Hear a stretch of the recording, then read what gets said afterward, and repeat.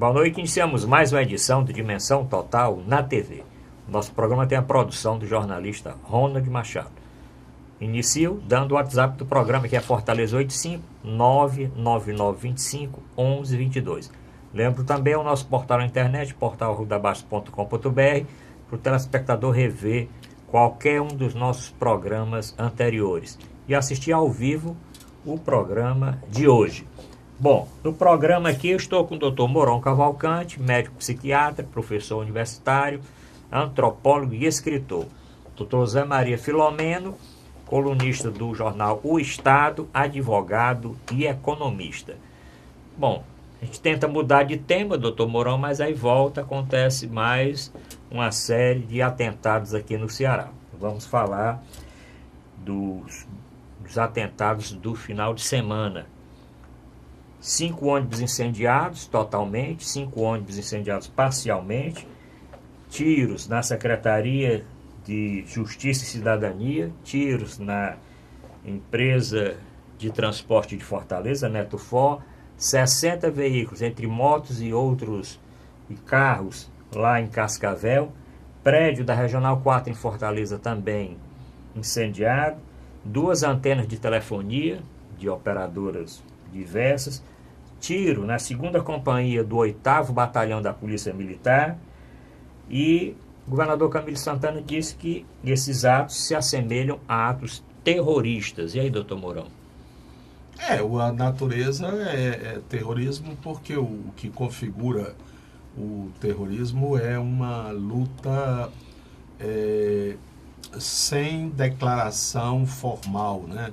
Aquela história de um lado tem um, do outro lado tem outro, isso é uma guerra declarada. Agora, quando você tem atos de sabotagem, de atentado, de surpresa, isso tudo é o que configura o terrorismo. E o que tem acontecido aqui é exatamente isto, onde de menos se espera, tal acontece, tal se passa. E o grande objetivo, na realidade, não é dar prejuízo ao adversário, que no caso seria o governo, a própria sociedade, mas fazer com que a população atemorizada, porque é muito mais do que medo, é um pânico, não é? Ela perca o controle e com isso o próprio governo não saiba como se conduzir e o que fazer. É uma situação de crise e de crise aguda, isto é, precisa de intervenção. Não tem essa história de criar uma comissão para estudar, para ver como é que é, para tentar elaborar as causas, não. O fogo já está em andamento. Agora é bombeiro e ação. Doutor Zé Maria, e motivação para isso? Existe alguma motivação para esses crimes? Bem, a motivação ela difere de outras espécies de crimes, de violência, já que nesses casos, nesses episódios ocorridos agora no último final de semana, não se vislumbra uma briga entre facções, uma facção querendo ocupar território de outra ou querendo vingar a morte de outra. Muito menos são crimes que visam algum tipo de benefício, né? Não buscavam roubo, furto ou sequestro ou algo semelhante. O objetivo era exatamente aterrorizar, uma espécie de provocação das facções criminosas contra o Estado. Dizem, né, que em função da determinação do governo em bloquear os sinais de celulares nos presídios, mas eu acho que não é só isso, porque isso já foi intentado outras vezes e não foi nem, inclusive, feito agora, mas em função de todo o esforço que pelo menos tem demonstrado as autoridades policiais, o governo, em enfrentar o crime organizado, eles querem dar uma demonstração de força, uma demonstração que visa aterrorizar a própria sociedade. Agora, o que nós lamentamos é que o estado do Ceará virou palco de verdadeiras atrocidades, né? Essa notícia desses atentados, desses ônibus que foram queimados e tiroteios em órgãos públicos, né? Rodaram o mundo inteiro. Até o El País, que é o principal jornal da Espanha, diz que a Fortaleza é uma cidade hoje sitiada pelo crime organizado. E o que nós lamentamos, e que é muito preocupante, é que não é só uma escalada de violência, que tem ocorrido no Brasil inteiro, todas as metrópoles. A criminalidade multiplicou-se nos últimos anos, principalmente por envolvimento aí, pelo crescimento aí do tráfico de drogas, mas Fortaleza hoje virou sede das grandes organizações criminosas, das principais organizações criminosas do Brasil, que antes se concentravam no eixo Rio e São Paulo, né? Nós tínhamos notícia que você tinha o Comando Vermelho no Rio e o PCC em São Paulo. Agora Fortaleza virou uma matriz aí também do comando do crime organizado, que é muito preocupante, né? Isso realmente foi um processo que levou anos para chegar à gravidade que é hoje, e demonstra que uma incompetência, uma inércia, né, uma omissão do Estado, que devia já ter prevenido, devia ter combatido esse aumento, né, da presença do crime organizado aqui no estado do Ceará há mais tempo. Doutor Manuel Cavalcante, o que fazer? O que é que resta o governo? Tem quem esteja solicitando intervenção, o mesmo tipo de intervenção que aconteceu no Rio de Janeiro, tem quem queira a substituição do secretário. O que é que o governo pode fazer nesse caso atual? Bom, é uma situação, obviamente, extremamente delicada. Como disse o doutor Zé Maria, isso não é de hoje, né? É uma situação que vem se organizando num crescendo. Até recentemente, o que desencadeou foi aquela famosa chacina naquela casa de forró, não é? Em Cajazeiras. Depois teve o conflito de facções num presídio em Itapajé. Depois houve a história aqui no bairro do Praça Benfica, da Gentilândia. Da Gentilândia. E agora, se nesses 3 episódios o que chamava a atenção seria o conflito de facções por territórios, por mandos de espaço, hoje está nítido que a confrontação é com o governo. Bom, por que se diz isso? Não só porque existem alvos ligados ao governo, não é? A Regional 3, 4, a Secretaria de Segurança, a Delegacia de Polícia Cascavel, né? Juizado Especial também. Juizado Especial de Cascavel, etc. e tal. Segunda Companhia do 8º Batalhão. E o secretário e o governador entenderam que é com ele o negócio agora. Não é negócio de facção. Ora, este governo, ele é continuidade dos governos anteriores do Cid Gomes, que teve 2 mandatos. E quem é que veio antes? O Lúcio Alcântara, que também era da mesma formação política, mesmo que depois tenha havido o rompimento, a ruptura. Mas, sobretudo, o governo Cid, ele ganhou a eleição no discurso da violência ou contra a violência. Inclusive criando aquela polícia especial, guarda do quarteirão, que tantas vezes eu caricaturei aqui dizendo a história de que ele contratou até um estilista. Tu imagina hoje você pensar assim, governador contrata estilista para fazer uma farda da polícia na situação atual? Pois bem, é esse mesmo pensamento que preside hoje a organização do Estado frente a essa violência. E o governador, ele fez pronunciamento no final de semana dizendo que estava fazendo o melhor de si, estava dedicando tudo que era possível e tal. Ora, se o tudo é isso, se o máximo é isso, chapéu governador fracassou. Fracassou, porque a violência está aumentando.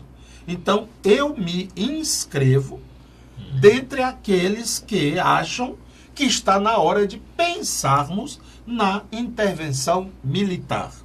Aliás, a primeira vez que o governo federal pensou em intervenção, é isso que diz a imprensa, a primeira vez que o governo pensou essa tal política de intervenção foi em relação ao Ceará.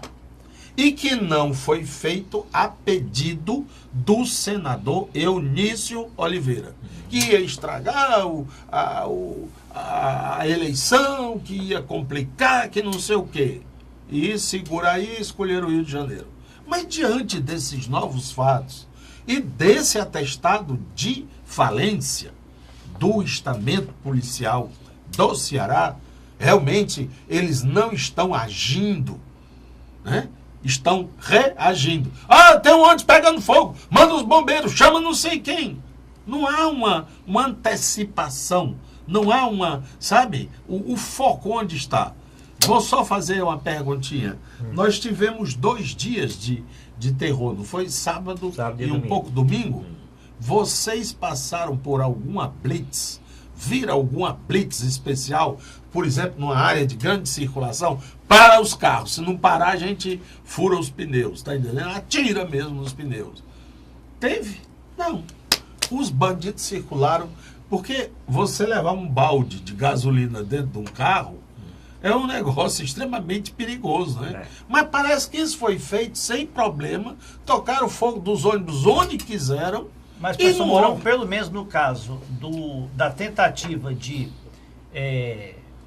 ataque à Secretaria de Justiça, a inteligência da polícia percebeu, né, previu o que a Secretaria de Justiça seria um alvo de ataque, tanto que eles ficaram na tocaia, e logo quando os criminosos chegaram, saíram dos carros, foram alvejados e 3 faleceram. Então, pelo menos no tocante a esse episódio, a inteligência da polícia se antecipou. E tem quem diga, inclusive, os outros fatos foram muito na decorrência, deste primeiro, né? Que a inteligência da polícia captou, teve denúncia de que a Secretaria de Justiça e Cidadania ia ser atacada com uma granada. E a granada só não foi arremessada porque Isso é a versão do vencedor, né? A história é sempre a versão do vencedor. Na realidade, se isto foi assim, os defensores dos direitos podem dizer que houve uma execução. Se eu sabia que o cara ia chegar aqui, que o cara ia chegar armado, eu fiquei escondido. Na hora que ele desceu, mandou bala, eu mandei nele, isso é uma execução, né? Quer dizer, a prevenção, que a inteligência age muito na prevenção, é para evitar que isto aconteça. Ou então, o preço da vida é a banalidade. A segunda coisa que me chamou muito a atenção é que quando o secretário, muito galhardamente, juntou seu staff e comunicou, foi aplaudido. Foi aplaudido. Esfuziantemente, quer dizer, com muita ênfase, com muita alegria. Será que mata gente? Mas você é bandido bom, é bandido morto. Eles não estão matando, nós também vamos matar. Ora, se a lógica do Estado é igual à lógica do bandido, então não há Estado, não há bandido. São 2 lados que você pode escolher. Na realidade, essas ações demonstram a pouca capacidade que o governo está demonstrando em conduzir. As ações, elas têm que ser preventivas, elas têm de serem de antecipação e não de ajuste de contas. De ajuste de conta, é como se eu armo, boto aqui uma armadilha para te pegar, né? Pegadinha é o nome disso, né, na televisão. Pois bem, a intervenção é algo que deve ser estudado. Está nas mãos dos nossos representantes que fazem um silêncio sepulcral sobre o assunto, né? Nós temos 3 senadores, o nome deles, Tasso Gereissati, Eunício Oliveira e José Pimentel. Esses homens não falam nada, né? Parece que eles moram em outro planeta. Os 22, são 22 deputados federais, não tem um que diga, olha, eu estou solidário com o povo do Ceará, que está sofrendo com o meu povo, isso não pode ficar assim, governador, faça isso ou faça aquilo, nós vamos lá na presidência da República exigir a intervenção. Nada. E a tal Casa do Povo aqui, a Assembleia Legislativa, é só um troca-troca de insulto, né? A situação e a oposição, não sei o quê. E cadê as ações concretas, as propostas concretas? Não existe. E também é curioso, Sim. aproveita a embalagem para dizer o seguinte, o governador, ele está sozinho. Já viram? Nessas horas, não tem os senadores que o apoiam, nem a família Ferreira Gomes. Vocês viram o Ciro falar alguma coisa em apoio ao Camilo? O Cid, que foi quem inaugurou essa política de segurança, ele está dizendo que o Camilo está certo todo lado dele? Sumidos. Sumidos. E os que aplaudem, governador maior, eu acho que nunca houve uma maioria tão extraordinária nessa Assembleia como agora. Calados. Não dizem um pio, não vão para a imprensa, governador, acorde, vamos fazer assim, vamos fazer assado, o senhor tem nossa solidariedade, não sei o que, não, nós vamos pedir a intervenção, nada, nada, nada calados. Ou então, estão todos com espírito de leitão. Sabe o que é isso? Vamos lá. O efeito é Evandro Leitão. Não vou me meter nisso não, minha família pode se lascar. É o quem mais tem efeito apoiado Leitão. o governador, por incrível que pareça, é o seu competidor, até então desafeto, o senador Eunício Oliveira, que por interesse eleitoral em formar uma coalizão, né, na próxima eleição, tem apoiado aí, tem demonstrado muito apoio aí ao Camilo Santana. Inclusive, parece-me que ele está incumbido de evitar que o governo federal faça uma intervenção nos moldes que foi feito no Rio de Janeiro, aqui no Ceará, porque acha que causaria-se um desgaste muito grande ao governo. O governo federal intervindo, isso é uma desautorização no atual governo. Mas Fortaleza está... Fortaleza não, o Ceará. Porque a gente não fala aí das coisas que estão acontecendo no interior. Essa semana agora, que passou, aconteceu também uma chacina em Russas, né? Sim, teve em Russas, que foi sábado ou domingo, que está dentro desse pacote aí, mas antes disso teve Itatira. Itatira. Exato, inclusive parece que atacaram uma agência bancária, saquearam uma Sim, agência essa bancária. aí já virou rotina. Então é o estado todo. Isso não merece uma intervenção, não? O que é que vocês acham? Eu sou a favor de que se leve para que as altas autoridades de Brasília discutam e decidam. Mas o perfil daqui está pior do que o do Rio. Doutor Zé Maria, a polícia informa que 6 foram presos, né? Inclusive com isso conseguiram evitar que outros ônibus fossem também incendiados, né? Porque aí, doutor Mourão, esses que foram presos estavam com os galões de gasolina na mão. Nós já tivemos... Se não estavam, foi colocado, né? Pode ser. A informação é porque eles estavam no centro, né? Porque também tem uma outra coisa diferente, doutor Zé Maria. Esses ônibus, eles foram incendiados em locais diferentes dos anteriores. O anterior era na periferia. Lá não sei aonde incendiava um ônibus. Esse foi Praça do Coração de Jesus, no centro da cidade, em frente a um hotel 5 estrelas da capital, na leste-oeste. Na Marina Park. O outro no local não tem nenhum ônibus que tenha sido assim lá distante, uma ação no final do Siqueira. Final né? do Siqueira, lá que não vai ninguém. São atos no centro da tipicamente cidade, terroristas, né? Visando desestabilizar a sociedade, levar a um descrédito das autoridades policiais, do governo e causar um verdadeiro caos, né? Agora, muitos ônibus passaram a circular com escolta armada Sim. da Polícia Militar, algo que já tinha ocorrido anteriormente em outros momentos, mas por causas distintas, né? Já tivemos casos em que acho que um cobrador, numa tentativa de assalto, foi ferido ou foi morto, e os motoristas e cobradores ameaçaram uma greve, uma paralisação por falta de segurança, e a polícia, né, passou a prestar esse tipo de segurança. Mas que não é o caso agora. O caso agora é bem distinto, né? São ataque ao patrimônio das empresas, ao bem que é utilizado como serviço público das viaturas de ônibus, no ato praticamente terrorista. Vamos ficar acompanhando esse caso. No próximo programa voltaremos ao tema, mas o doutor Mourão realmente tem razão. O governador Camilo Santana, nessas horas, ele fica muito isolado. Ele tem que gravar o videozinho para botar lá na rede social. Ele é que aparece dando a entrevista. Eu realmente não li uma linha de solidariedade ao governador. E eu duvido e ao que você não seja capaz de vi. botar aí a relação dos partidos que apoiam o governador. Não dá nem para colocar. Uns 12 ou 15, não? Ou mais. Pronto, não tinha um. Bom, terminamos o primeiro bloco, voltaremos já já.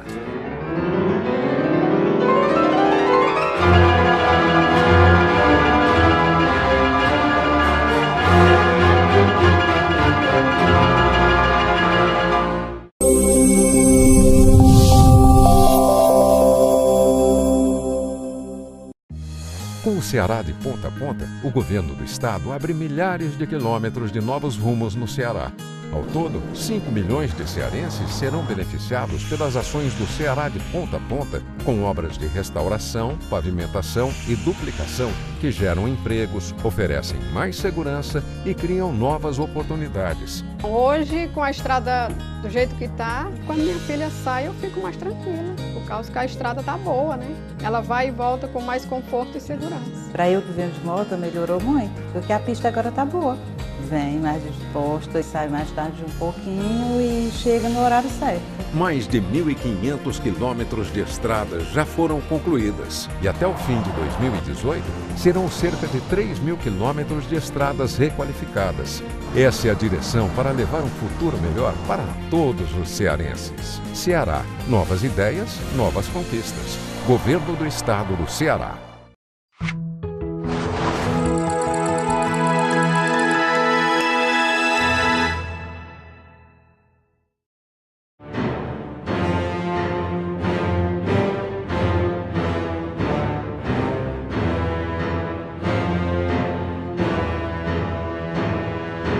Voltamos a apresentar a Dimensão Total na TV.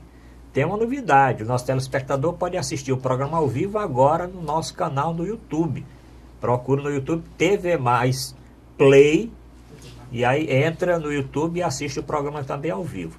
Pode assistir no site da TV Mais, tvmais.org, assistir agora no YouTube também e assistir no canal 15 da Multiplay, às segundas, quartas, sextas e domingos de 21 às 22 horas. Bom, vamos falar aqui, doutor Zé Maria, do salvo-conduto do presidente Lula. Sim. E também daquela briguinha do Gilmar Mendes, dos ministros e Barroso. Vamos começar primeiro o salvo-conduto. O que é que o senhor achou dessa decisão do Supremo Tribunal Federal? Decisão que ainda não foi concluída, né? O julgamento do habeas corpus preventivo do ex-presidente Lula para evitar uma prisão em face do trânsito em julgado da sentença de 12 anos e 1 mês que ele foi condenado na Lava Jato, cujos embargos de declaração foram julgados improcedentes na última segunda-feira, e o julgamento foi, em função dos feriados da Semana Santa, foi adiado para a próxima quarta-feira, depois da Semana Santa. Olha, o que está por trás, né, desse julgamento, o cerne desse julgamento, é a questão da prisão após a segunda instância. O Supremo está literalmente dividido. Você tem 5 ou 6 ministros que querem retroceder ao entendimento anterior, em que a prisão de qualquer condenado só poderia se dar após o trânsito em julgado da sentença, ou seja, após esgotarem-se todos os recursos, o que, na prática, leva a um estado de impunidade, porque no Brasil a quantidade de recursos é muito grande, bons advogados podem manusear o processo para que o processo dure aí anos e a pena acaba sendo, se não prescrever, acaba sendo transformada em medidas restritivas de direitos e assim vai. E outros ministros que têm um entendimento diferenciado de que deve-se cumprir a pena, iniciar o cumprimento da pena já após a confirmação da condenação em segunda instância. Só assim nós vamos ter realmente uma efetividade, um cumprimento de fato da condenação penal. E houve uma pressão muito grande por parte dos ministros que defendem o retorno ao entendimento anterior para que a ministra Carmen Lúcia colocasse em votação 2 ADCs, ações diretas de constitucionalidade, que visam reconhecer a inconstitucionalidade da prisão já na segunda instância. Ela relutou muito, ela tem se mostrado uma posição contrária ao reexame dessa matéria já agora, tendo em vista que essa decisão do Supremo foi muito recente, em 2016, mas com o advento do habeas corpus do presidente Lula, houve uma conjunção aí de interesses. Muitos desses ministros entendem que a prisão do presidente Lula poderia causar uma instabilidade política, poderia causar uma estabilidade até no meio político e no meio social. Acham prudente, então, examinar logo o habeas corpus que ele impetrou, e eu entendo até de uma forma precipitada, foi colocado em votação o julgamento do habeas corpus do ex-presidente Lula, pulando inclusive a fila de diversos outros habeas corpus que estavam já prontos para serem julgados, de condenados que estavam numa situação muito mais dramática, muito mais perigosa do que o presidente Lula, uma situação muito mais grave, réus já presos, inclusive com julgamento que não tinham sido julgados nem em primeira instância ainda. Então, agora, o que eu achei ainda mais gritante foi o desenrolar desse julgamento, porque o tribunal, em determinado momento, quando já tinha superado as preliminares, havia uma preliminar de que para que o STF não acatasse, ou seja, não levasse nem a julgamento o mérito da questão, após ter sido vencida essa etapa, o STF simplesmente suspendeu o julgamento e remarcou para daqui a 10 dias, em função de um ou outro ministro ter que se ausentar naquele momento, ter que viajar, ter outro compromisso. Olha, se foi colocado o habeas corpus numa situação excepcional, já que o ex-presidente Lula nem preso estava, ao contrário de outros habeas corpus que estão lá na fila para serem votados, de condenados já presos, e no caso, muitos já há mais de um ano, como é o ex-ministro Antônio Palocci e diversos outros.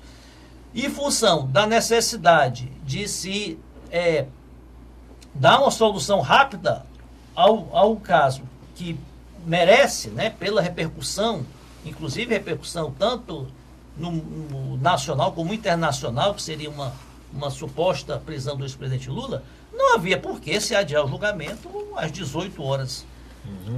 E se um outro ministro tivesse que sair, ausentar-se, ele poderia antecipar o seu voto, deixar logo consignado como votaria e ausentar-se. Ou então continuar o julgamento só com 10 ou 9 ministros.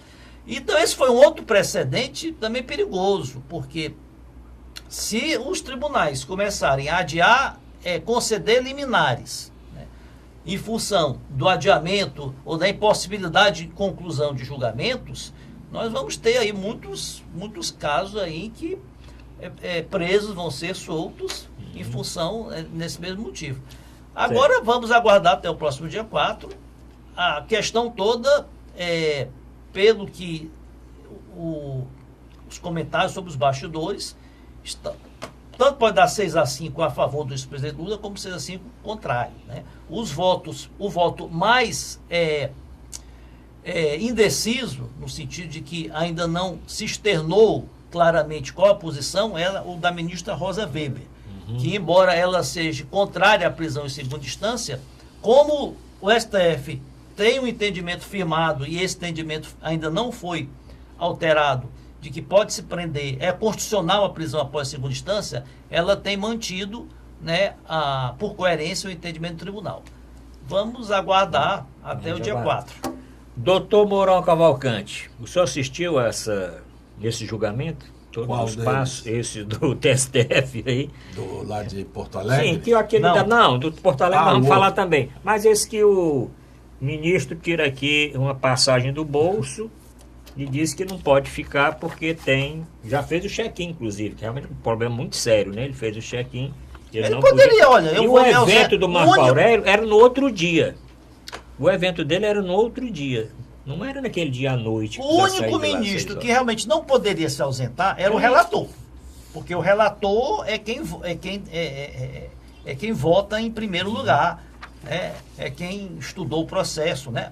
Qualquer outro ministro podia, olha, eu tenho que me ausentar, então eu quero deixar logo o meu voto. Aliás, todos ali já sabiam como iam votar. Já sabiam como iam votar. Então... Mas, doutor Mourão Cavalcante, está falando desse julgamento do STF que foi concedido salvo-conduto ao presidente Lula para que ele não fosse preso, até pelo menos dia 4. Eu acho o seguinte, vamos resumir essa conversa da seguinte forma. Cadeia existe. A cadeia, no sentido concebido pela Constituição, aliás, quero render homenagens aqui ao senador Cid Carvalho, que foi constituinte. Ele diversas vezes já disse que o objetivo da cadeia é tentar recuperar a pessoa. Tem um sentido. Agora, normalmente as pessoas configuram como uma punição, né? Você vai para a cadeia. A linguagem popular é essa, tem que botar na cadeia. O Brasil hoje tem mais de 500 mil, né? Presos. Só aqui no Ceará são 28 mil. Está adiantando alguma coisa? Né? Então, essa história de bota na cadeia, não bota, é muito... eu acho que era muito melhor tomar o patrimônio, sabe? Você me diga uma coisa, você é um simples delegado, não sei de quê, como é que você tem esse apartamento, tem esses 4 carros aqui, tem não sei o quê, não sei o quê, não sei o quê? Primeira coisa.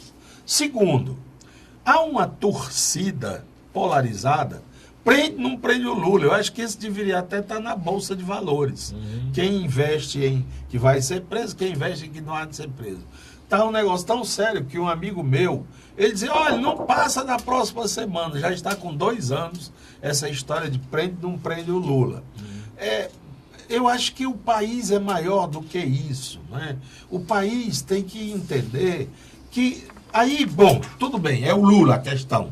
Pois bem, as bandeiras que o Lula ou que o PT defenderam, né, de maior justiça social, de maior igualdade de condições, de melhor vida para os trabalhadores, eu citaria como exemplo, quando o Lula pegou a presidência, o salário mínimo era $80. Quando ele entregou, estava $300. Isso teve uma repercussão imensa neste país. Aí que ele cunhou até aquela frase, nunca na história deste país. Bom, depois veio toda a história de descobertas e falcatruas. Então, o que eu queria dizer é, estas tais bandeiras que foram defendidas pelo Lula, pelo PT, pela Dilma, continuarão a ser motivos de mobilização da sociedade brasileira. Era o Lula, era a Dilma, era o PT, daqui a pouco vão ser outros, né?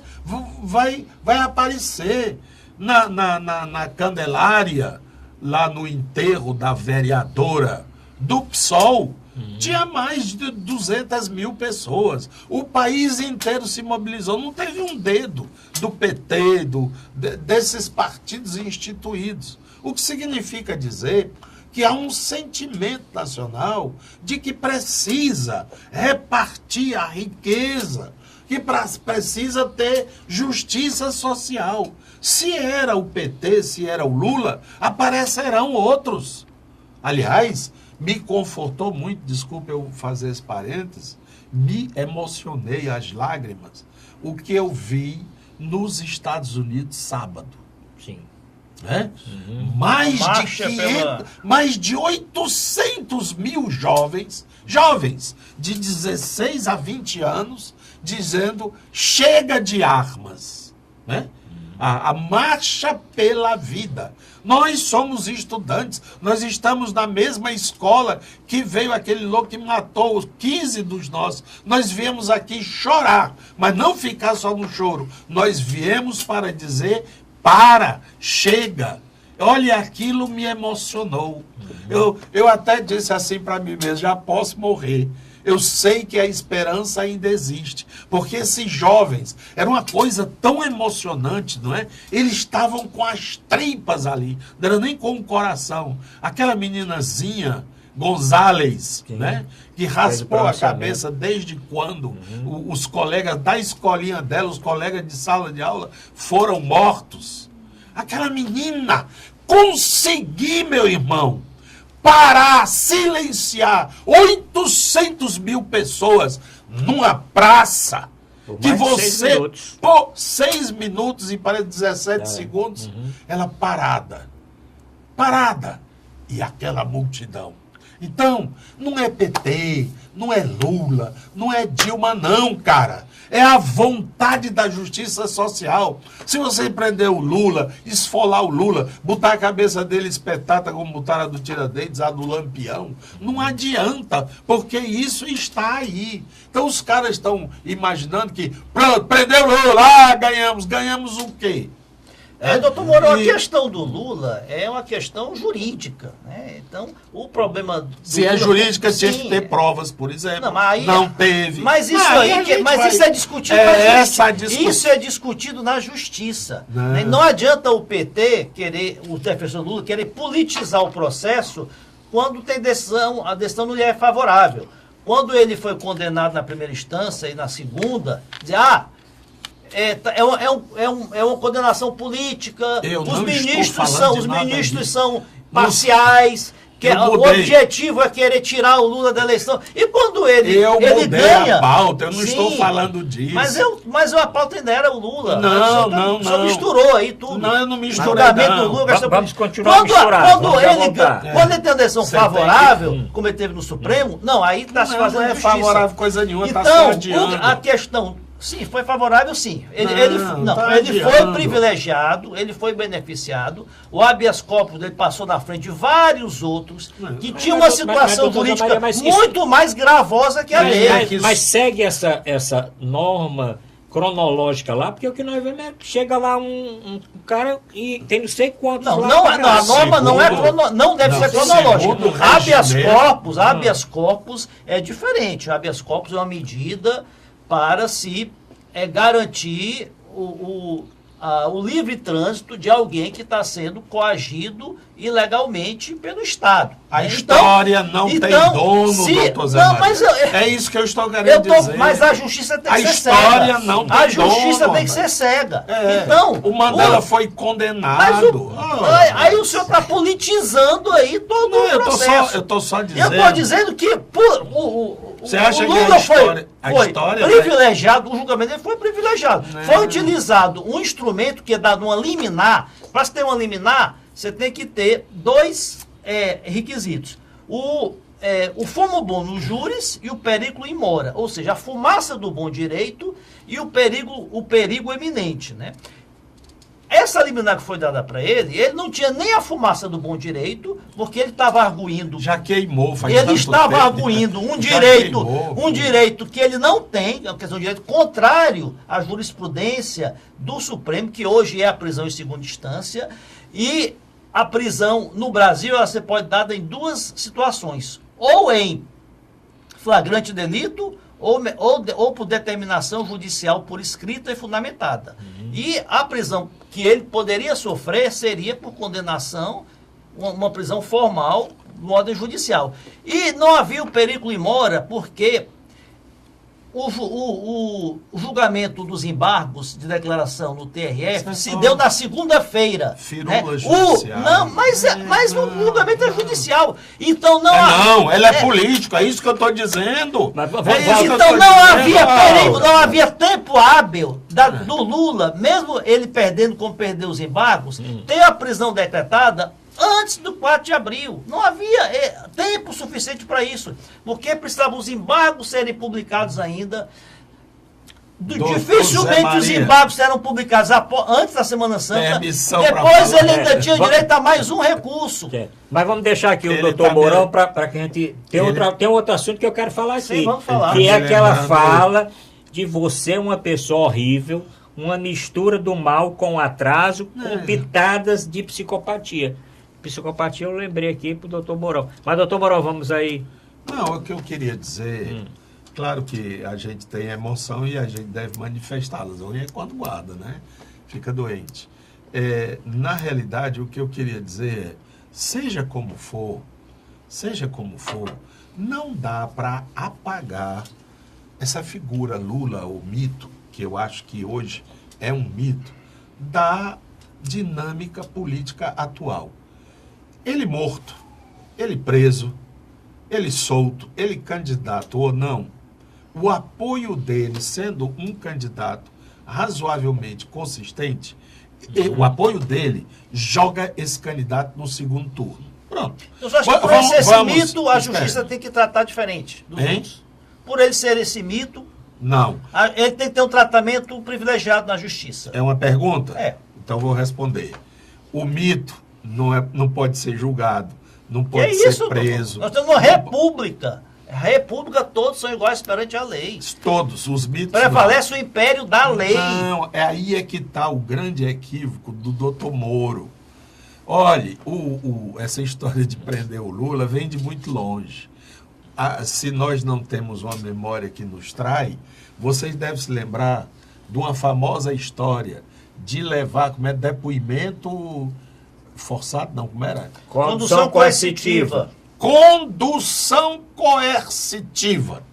Fizeram isso com o Lula. Fizeram. Verdade. Sabe o que era? Era levá-lo para o aeroporto, botar dentro de um avião, levar para Curitiba e prender.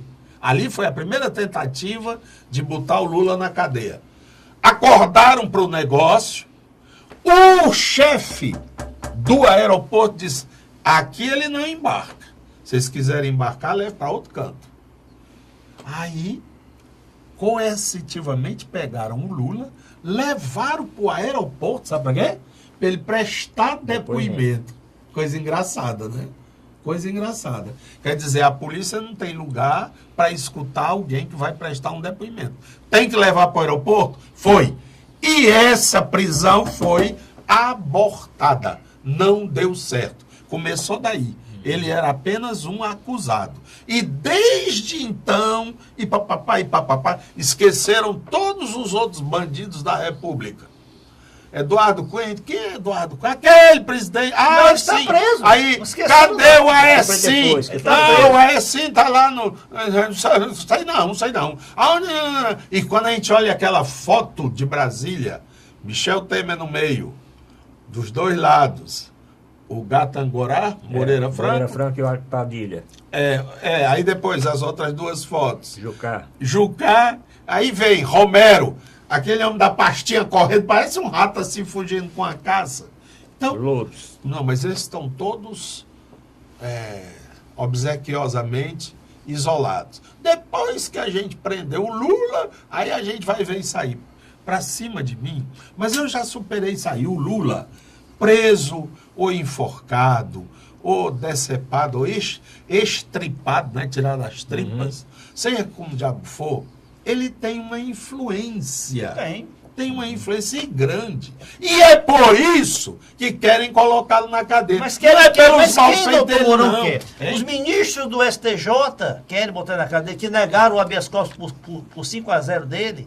Os desembargadores do TRF que querem tirar ele da eleição. Quem quer? É o mesmo, só caminha por onde vão as águas, né? As águas só vão pelo mesmo caminho. Mas nós vamos ter que terminar esse Curitiba, bloco. Porto Alegre. Vamos ter que terminar aí o bloco. quando chega em Brasília, engasga. Vamos ter que terminar esse bloco, senão não vai dar tempo para o terceiro bloco. Mas eu já estou Voltamos. nas castanhas. Mas nós vamos chegar já Não lá. interessa o Lula preso ou solto. sim. O que eu quero dizer é estas bandeiras que ele representou, que ele significou, estão nascendo em outras mãos. E é isso que me dá esperança. Eu dei 2 exemplos.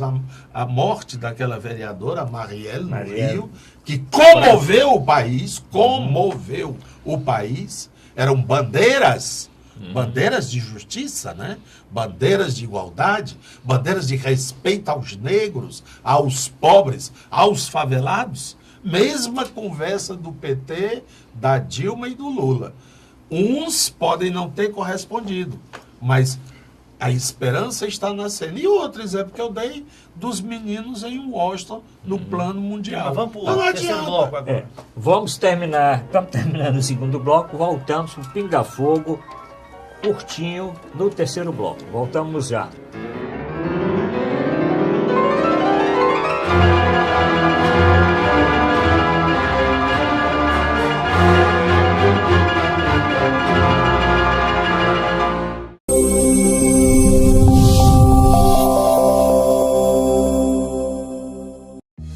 Com o Ceará de ponta a ponta, o governo do estado abre milhares de quilômetros de novos rumos no Ceará.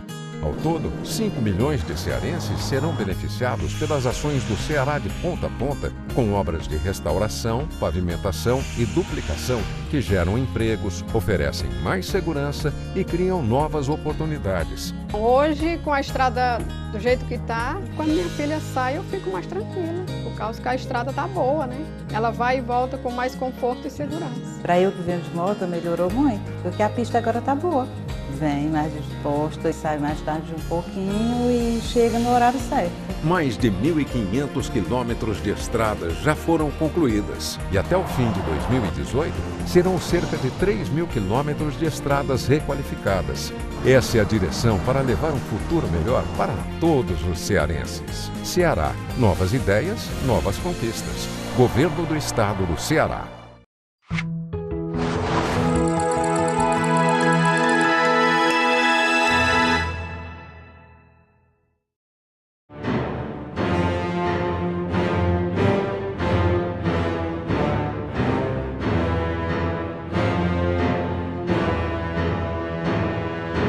Vamos apresentar a Dimensão Total na TV. O WhatsApp do programa para comentar, sugerir um tema para o próximo programa, aqui é Fortaleza 85 99925 1122. Para assistir nosso programa ao vivo, rever programas anteriores, entre no nosso portal na internet, portal@rudabaixo.com.br. Se quiser assistir no YouTube, TV Mais Play, assista no YouTube. E no site da TV Mais, tvmais.org. Nós ainda vamos falar, que o ouvinte encaminhou nesse instante aqui, o nosso telespectador, que é que a gente fale do Messias Holanda. Eu Messias quero Holanda, me trepar no pé de coco Pronto. para saber se o coco é foi oco. que Para saber se faleceu o coco é hoje. oco. Foi. Quer dizer, faleceu nesses dias agora, né? Teve homenagem, inclusive, no dia de hoje É ainda. grande compositor né? cearense Sim. do forró, da música popular. Morreu da aos música- 76 anos, morreu relativamente Ele teve, novo, eu acho que né? teve uma pneumonia, se não me Ele engano. morreu de pneumonia e É. falência múltipla de esófago. É Eu lamentável. tive, inclusive, com a filha do Messias Holanda, ela é minha cliente, na semana passada, falando que o pai estava muito mal, o pai estava muito mal no hospital do coração, né, de Messejana. É, E foi teve velado no Teatro Zé de Alencar Teatro Zé na de última Alencar. segunda-feira e foi sepultado, acho que no São João Batista. E é lamentável, um grande músico, artista, cearense nosso, temos que prestigiar Ele os também artistas não- da terra, aqueles que fizeram muito pela cultura do estado do Ceará, deixou mais de 100 músicas, né, Mais de 100 canções, músicas.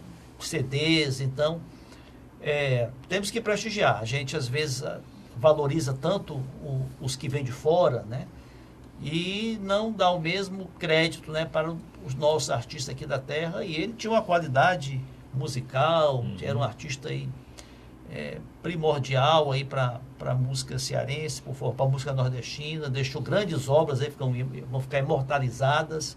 Então, lamentável. E esse do coqueiro, para ver se o coqueiro ficou, porque foi um hit até hoje. Mas me diga, ele também não é o autor daquela famosa música sobre o Tasso Gereissati, não, Galeguinho do Zóio Azul. Não sei. Eu tenho a impressão que eu tenho a impressão que isso era o Cirano, né? O Cirino, não né? sei, Naquela época. Vamos ver aí na nossa. Mas o senhor escutava muitas músicas do Bom, Cirano? eu escuto música. Calorada de faculdade, só o que dava. Eu lembro bem nas não, caloradas. mas eu não ia muito a calorada, não. Calorada sempre Não. tocava os forró Muita cachaça pro meu gosto. do Messias Holanda.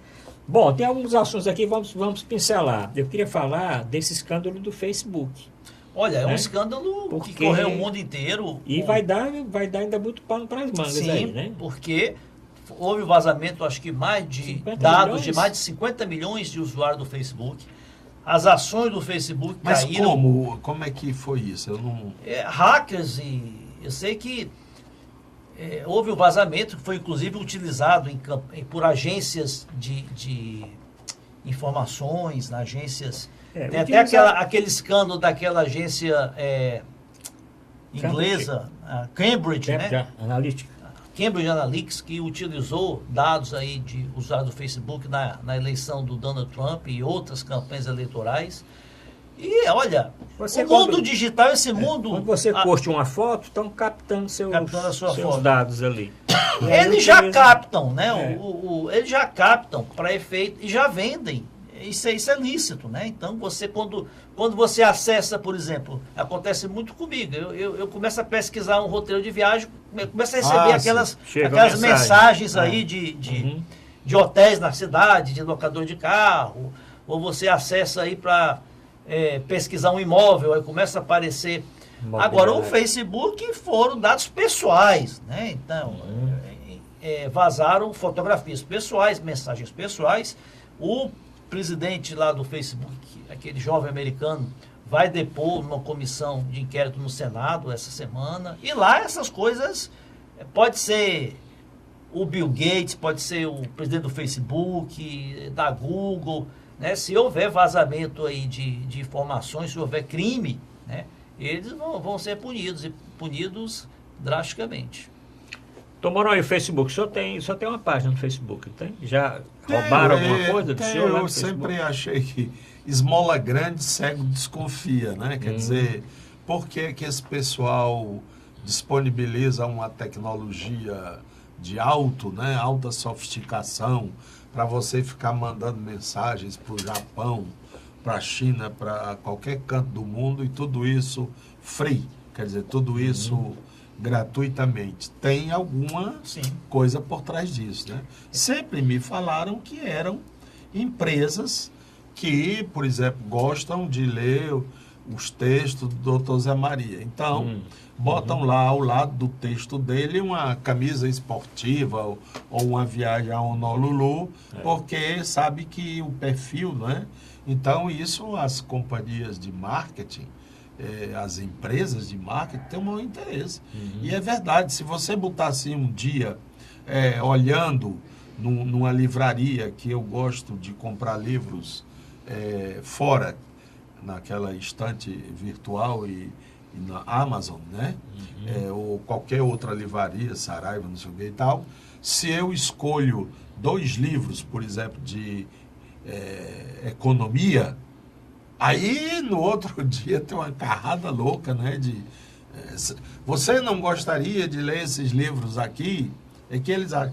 E se você cair na bobagem de procurar, eu estou querendo comprar uma nova geladeira lá em casa, aí você vai ter um bocado de ofertas de geladeira, Agora, esse caso do Facebook é mais grave, porque foram dados pessoais. Dados pessoais que vazaram. E outra coisa, eles já estavam vendendo esses dados, inclusive para a eleição no Brasil. Isso, para a eleição no porque Brasil. o que acontece? Essa empresa inglesa... É a Cambridge Analytics. Ela coletou esses dados do Facebook, por isso que as ações caíram, porque o Facebook forneceu esses dados a troca, claro, de muito dinheiro. E o que é que acontece? Em alguns outros países já estavam oferecendo a mesma coisa. A própria empresa se vangloriava no seu portfólio de ter eleito o Trump. Tá aqui, olha como é que eu elegi. Eu juntei o Google com aquele Smart Chat, com aquele Twitter, não sei o que, YouTube, juntei aquilo tudinho, fiz uma salada toda, elegemos esse cara. Não tinha a menor chance, ele foi eleito. Então, eu acho um pouco né? exagerado atribuir a vitória do Trump só aos artifícios aí midiáticos. Tinha muito mais coisa atrás disso. Né? E o presidente lá do Facebook, que é o Mark Zuckerberg, ele já reconheceu que realmente teve uma falha. Agora, o pior também, está se concretizando aquilo que se imaginava há décadas atrás, há 30, 40 anos atrás, que o mundo chegaria a um ponto que ia ter assim, um olho mágico que ia controlar, controlar nossas vidas todas. Já tem vazamento de dados de cartão de crédito, que é muito pior, saber quanto você gasta. Nós estamos com o celular desligado, estão pegando quem está falando. Isso, dados de contas bancárias e ligações telefônicas. Então, hoje a gente pensa que tem privacidade, mas não temos privacidade nenhuma mais. Doutor Mourão, o que você vai falar? Eu ia dizer que realmente... Porque o pessoal pensa que Big Brother é esse programa da Globo, né? Mas isso aí já é a cópia da cópia da cópia. Na realidade, o original, um escritor inglês, George Orwell, que escreveu... 1984, né? Ele escreveu muito antes. O título do livro é 1984. Mas ele escreveu isso mais ou menos na década de... talvez 50, eu acho. Portanto, ele se antecipava a esse novo mundo, em que teria um grande irmão, daí Big Brother, né? Um grande irmão que estaria vigiando todos os passos das pessoas que moravam naquele país, não é? E não só ele vigiava, mas ele também determinava as ideias que deveriam ser abraçadas. Então, tipo assim, o Big Brother, lá esse grande conselho, essa grande central, determinava: índios não merecem confiança. Então, todo mundo tinha que acreditar que índio não tem, e assim abraçar, não é? De repente, lá o Big Brother dava outra ordem: não, índio é a coisa mais linda do mundo. Assim, bem controversas as mudanças, né? E todos tinham que se encaminhar por isso. Até que o personagem principal do livro, ele começa a questionar, né? Por que tem que ser assim? Por que é isso? Por que é aquilo? Então, esse grande olho acabou existindo, né? Hoje, nós temos uma prefeitura aí que é um verdadeiro Big Brother. Você botou o pneu em cima da faixa, bufo, ele tira a tua fotografia. E o mais trágico desse negócio é que você não pode contestar. Como é que você vai dizer que naquela hora você não estava naquela rua, se o cara está aqui a foto com a hora, doutor? Olha, muito mais grave que esse caso do Facebook foi o escândalo daquele agente, acho que do Serviço de Informações americano, que denunciou o governo americano que hackeava e-mails de autoridades. Até e-mail da Dilma aqui foi hackeado, e-mail da primeira-ministra Angela Merkel. É o Wikileaks, o escândalo do Wikileaks, porque foi o próprio governo, né? O próprio Estado que hackeou, inclusive, de outros países. Mas não vamos longe não, homem. A Polícia Federal pegou um telefonema da presidente Dilma ligando pro Lula. Vamos voltar pro Lula. Mas tinha ordem judicial. Tá entendendo? Aí, como é que se faz até a captação telefônica do presidente da República? Nós já fomos muito mais... Olha, esse Facebook está aí começando.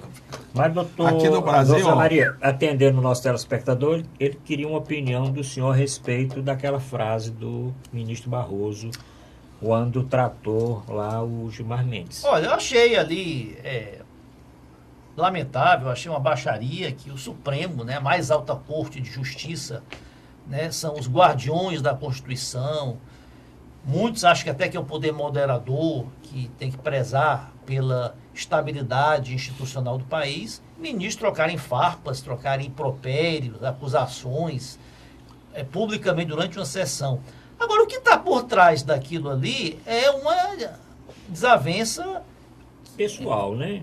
Não, Porque quem vai ser o presidente é o Toffoli em não, setembro. Não, o que acontece é o seguinte, o ministro Gilmar Mendes realmente, ele tem o hábito de fazer críticas, de espinafrar publicamente as decisões dos outros. E ele ali, o que estava ocorrendo? Ele estava criticando, durante o julgamento, o fato do ministro Barroso e o ministro Fux, né, terem Caso do aborto, né?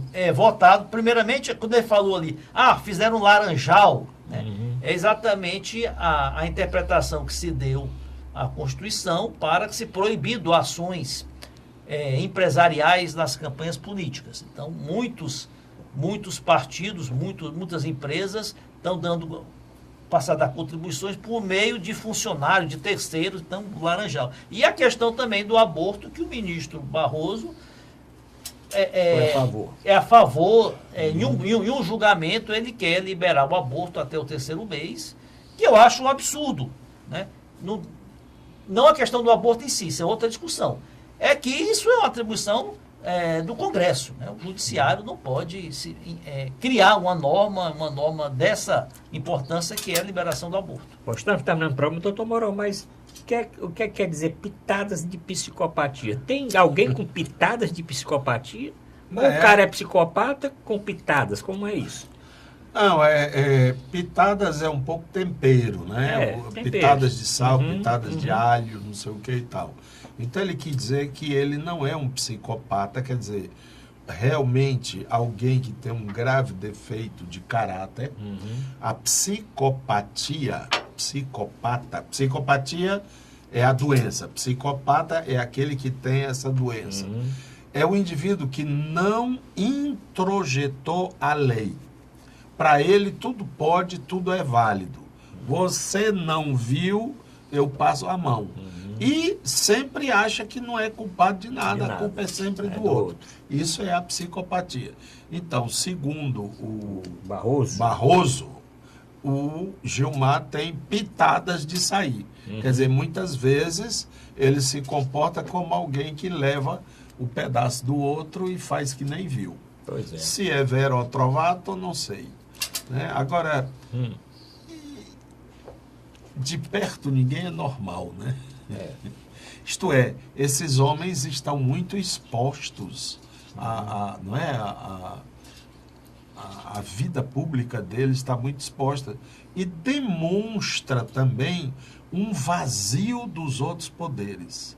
O legislativo não está servindo para nada, nem o executivo. Sobra nem para o judiciário, é para essa instância judiciária. A gente quer que tudo do Brasil seja resolvido por eles. Porque antigamente... O poder Supremo é muito grande, né? Antigamente todo brasileiro era um técnico, agora todo brasileiro é um juiz ou um advogado. Um jurista de alta o cara chega, o senhor viu aquele HC? HC para mim era o Hospital das Clínicas. Não, HC é aquele habeas corpus. O senhor viu aqueles embargos, não sei o que e tal. Então todo brasileiro agora é um advogado, juiz, desembargador. O Brasil, ele, desde a Constituição de 88, existe um ativismo jurídico, existe uma judicialização, né, muito grande da política, da saúde, né? O cara não consegue o tratamento, aí entra com mandado de segurança. Entra com pedindo eliminar.